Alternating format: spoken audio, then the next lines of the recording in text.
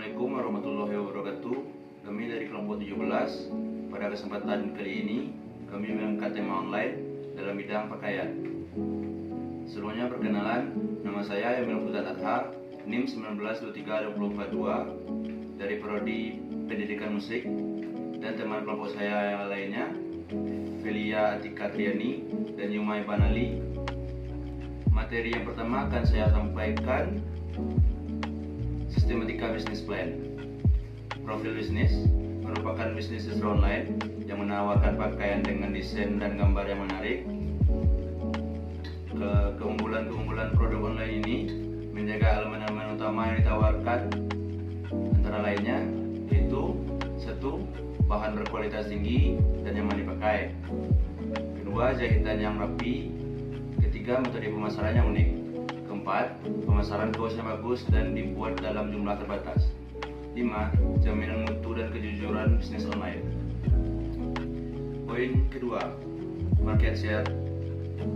Berdasarkan studi Low dan majalah SWA tahun 2005, segmentasi pasar Indonesia dibagi menjadi 8 segmen, yaitu segmen pertama pasrah atau introvert wall follower 8,1%, segmen kedua gaul glam atau the next working pleasure seeker 11%, segmen ketiga orang alim atau confidence stabilis 5,2%, dan keempat ibu-ibu PKK atau the optimistic family, dan yang kelima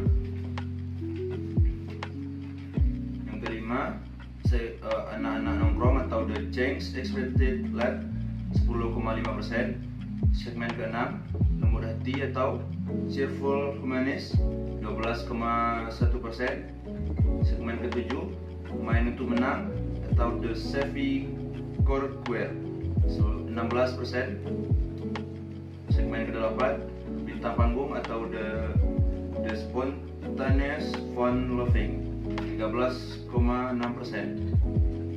Sekian materi yang saya sampaikan, dan selanjutnya akan disampaikan atau akan dilanjutkan oleh teman-teman kelompok saya. Terima kasih. Assalamualaikum warahmatullahi wabarakatuh. Assalamualaikum warahmatullahi wabarakatuh. Perkenalkan, saya Felia Atika Triani dari Prodi Pendidikan Sosiologi.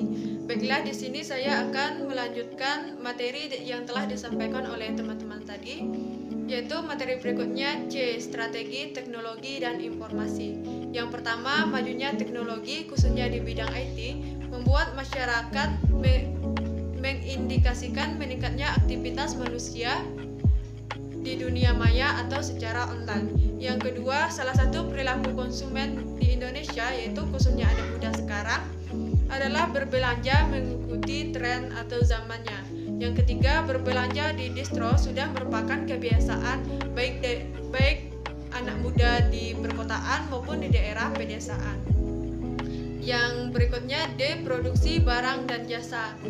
Proses produksi online shop dari rumah memiliki alur seperti pada skema di bawah ini. Yang pertama, desain produk, di mana langkah awal yang dilakukan adalah dengan memperkaya desain dan bentuk produk. Yang kedua, pengadaan barang.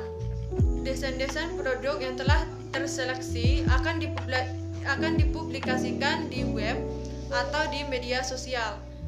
D. Pengiriman lewat JNE.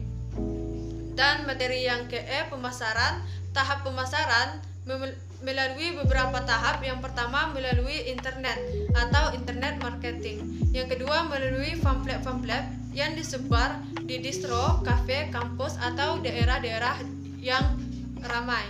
Yang ketiga, melakukan perlombaan desain kaos. Berikutnya, memberikan voucher kepada konsumen yang melakukan pembelian lebih dari 100.000. Dan yang terakhir, penempatan spanduk yang dapat menarik konsumen sehingga konsumen itu mengenal produk yang kita jual melalui logo yang telah kita sebarkan. Demikian materi yang dapat saya sampaikan. Materi selanjutnya akan disampaikan oleh teman-teman saya. Sekian dari saya, terima kasih. Wassalamualaikum warahmatullahi wabarakatuh. Assalamualaikum warahmatullahi wabarakatuh. Nama saya Yumai Banali. Baiklah, di sini saya akan melanjutkan presentasi dari teman-teman saya sebelumnya. Dan di sini saya akan membahas tentang analisis persaingan dan risiko dan aspek keuangan. Oke, pertama yaitu persaingan. Persaingan dalam dunia bisnisan hampir tidak akan bisa kita elakkan. Namun kita bisa memenangkan dalam persaingan tersebut. Contohnya dalam bidang pakaian seperti ini, kita dapat memenangkan persaingan tersebut dengan memiliki keunggulan-keunggulan pada produk yang kita jual. Contohnya, produk yang kita jual memiliki bahan pakaian yang berkualitas tinggi dan nyaman untuk dipakai. Dan jahitan pakaian kita itu lebih rapi daripada pakaian yang dijual oleh usaha serupa yang lain. Dan kita memiliki metode pemasaran yang unik, dan desain kaos yang kita jual bagus dan dibuat dalam jumlah terbatas. Kelima ialah jaminan mutu dan kejujuran bisnis online kita. Di luar beberapa keunggulan atas persaingan kita tersebut, dalam bisnis online kita juga memiliki risiko, apalagi dalam bisnis pakaian. Contohnya pertama yaitu bisnis pakaian online memiliki modal usaha yang besar. Dari mana datang modal usaha yang besar tersebut? Contohnya dalam produksi, kita harus membeli alat sablon dan beli bahan-bahan baju. Dan dari segi pemasaran, kita harus memiliki dana untuk pemasaran barang-barang kita tersebut. Dan juga dalam bidang promosi, biaya yang kita keluarkan untuk mengiklankan produk kita di internet misalkan, dan juga membuat pamflet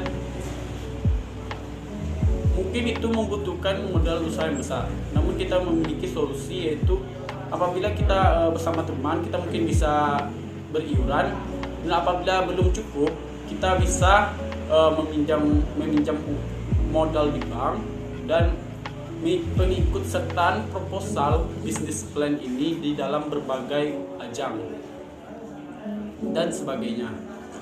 Yang kedua, risiko kita yaitu produk kalah bersaing.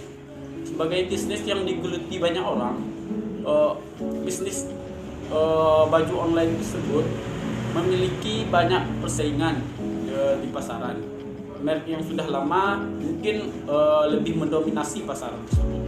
Namun kita bisa mengalahkannya dengan cara yaitu produk kita atau jasa kita harus menjaga kualitas produk dengan cara memperhatikan bahan-bahan baku maupun bahan setengah jadi. Selain itu, kepuasan konsumen juga selalu diperhatikan dengan cara memenuhi permintaan ataupun keinginan konsumen terkait dalam proses desain maupun produksi. Dan bisnis dengan banyak saingan, terutama merek yang lama terkenal, perlu diantisipasi dengan mengembangkan sisi keunikan produk yang kita jual dan memiliki ide dan desain yang inovatif. Oke, risiko yang ketiga yaitu kebosanan konsumen. Kebosanan merupakan sifat alamiah manusia.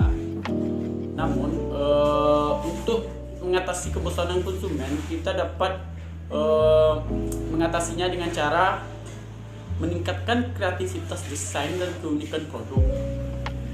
Dan selain itu, kita perlu mengembangkan kualitas produk yang kita jual.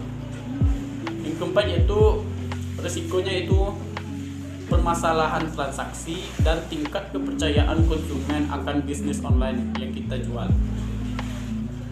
Permasalahan transaksi, apabila permasalahan transaksi ini dipermasalahkan, mungkin kita dapat menjelaskan kepada konsumen sebelum dia memesan, menjelaskan bagaimana cara memesan melalui via online dengan secara jelas. Dan apabila konsumen memiliki tingkat kepercayaan yang rendah kepada bisnis kita, mungkin kita perlu melakukan pelegalan usaha dan memiliki payung hukum yang jelas, sehingga konsumen kita itu tidak ragu untuk untuk membeli produk kita. Oke, selain analisis persaingan dan risiko, selanjutnya saya akan membahas tentang aspek keuangan yang akan kita persiapkan untuk memulai bisnis ini. Yang pertama yaitu dalam dunia bisnis pakaian online kita memiliki yang namanya biaya tetap. Biaya tetap ini biasanya yaitu biaya yang kita keluarkan sekali, namun digunakan dalam jangka waktu yang lama. Contohnya kita mempunyai biaya tetap, yaitu kita membeli mesin sablon, beli komputer, hair dryer, dan membayar desain-desain yang kita ambil dari web desain grafis berbayar. Dan barang-barang ini juga memiliki uang perawatannya per bulan, dan itu harus diperhitungkan. Dan yang kedua itu biaya variabel atau variable cost. Biasanya biaya ini kita keluarkan dalam hitungan per bulan yang akan habis satu bulan dan akan dibeli lagi per bulannya. Contohnya seperti bahan baku pakaian, kaos pendek, stiker, brosur berkala, biaya listriknya, internet, plastik bungkus, sablon, screen media, cat sablon, dan lain-lain. Dan juga ditambah dengan biaya perawatan dari fixed cost atau biaya tetap tadi. Selanjutnya kita harus memperhitungkan modal awalnya. Modal awal ini kita dapatkan dari penjumlahan biaya tetap dan biaya variabel per bulannya. Maka kita akan dapatkan modal awal. Terus dan juga kita harus menentukan harga jual. Harga jual ini harga jual itu dapat kita hasilkan dari HPP plus profit. Dan selanjutnya biaya operasional per tahun. Jadi dalam bisnis ini kita harus memperhitungkan berapa biaya operasionalnya per tahun. Dan juga setelah itu kita harus menghitung laba per tahun, mulai dari laba kotor, laba bersih, dan dari laba per tahun tersebut kita dapatkan laba per bulan. Setelah mendapatkan laba per bulan, di sini kita harus menganalisis break even point, yang mana apabila kita berhasil menjual beberapa banyak produk, sehingga kita dapat melebihi dari modal yang kita gunakan sebelumnya. Disitulah yang namanya titik impas. Dan selanjutnya setelah memiliki titik impas tersebut, kita juga harus memiliki rencana pengembalian modal. Di sini bisa kita dapatkan dari total biaya produksi bagi dengan keuntungan yang kita dapatkan.